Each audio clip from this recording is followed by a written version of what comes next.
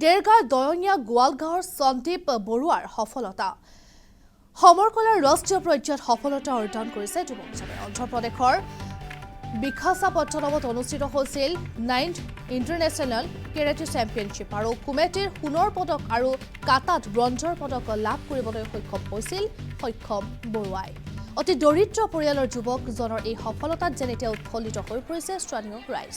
আমি জনাইছো পুনৰবাৰ এয়া দেৰগাঁৱৰ দয়ঙীয়া গোৱালগাঁৱৰ সন্দীপ বৰুৱাৰ এক সফলতা দেখিবলৈ পোৱা গৈছে আৰু এই সফলতাৰ আঁৰতে এতিয়া অঞ্চলবাসীয়েও এক সুখ অনুভৱ কৰা পৰিলক্ষিত হৈছে, কিয়নো সমৰকলাৰ ৰাষ্ট্ৰীয় পৰ্যায়ত সফলতা অৰ্জন কৰিছে এগৰাকী যুৱকে। এই অন্ধ্ৰপ্ৰদেশৰ বিশাখাপট্টনমত অনুষ্ঠিত হৈছিল 19th ইণ্টাৰনেশ্যনেল কেৰাটে চেম্পিয়নশ্বিপ আৰু কুমেটিত সোণৰ পদক অৰ্জন কৰিছিল যুৱকজনে, লগতে কাটাত ব্ৰঞ্জৰ পদকো লাভ কৰিবলৈ সক্ষম হৈছিল বৰুৱাই। অতি দৰিদ্ৰ পৰিয়ালৰ যুৱকজনৰ এই সফলতাত যেন এতিয়া উৎফুল্লিত হৈ পৰিছে দেৰগাঁওবাসী।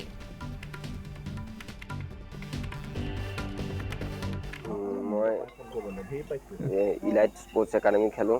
প্ৰণৱ বৰুৱা পাপবনীয়া তেখেতৰ আণ্ডাৰত খেলোঁ, মানে তেখেতে মোক শিক্ষা গ্ৰহণ কৰে। দয়ঙীয়া গোৱালগাঁও বিশাখাপট্টনম।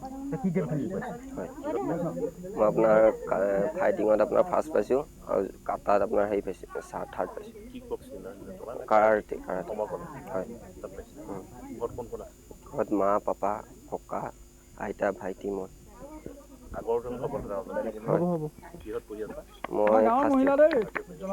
মই ডিকেডি।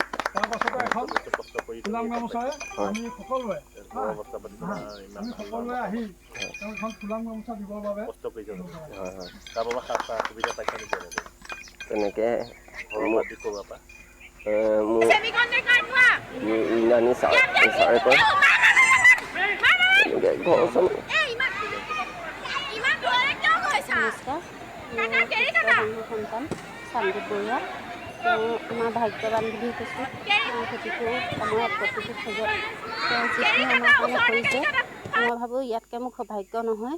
মই মানে যিখিনি তেওঁক দিব লাগিছিলে, খোৱা বোৱা পা ধৰি পিন্ধা ওৱা পা ধৰি সকলো ফালৰ পৰা মই মানে পোৱা নাই বেছিকৈ, কিন্তু মই যিমানখিনি কৰিছোঁ তাৰ কাৰণে মানে মোক যিমানখিনি দিব লাগে তেওঁ যথেষ্ট।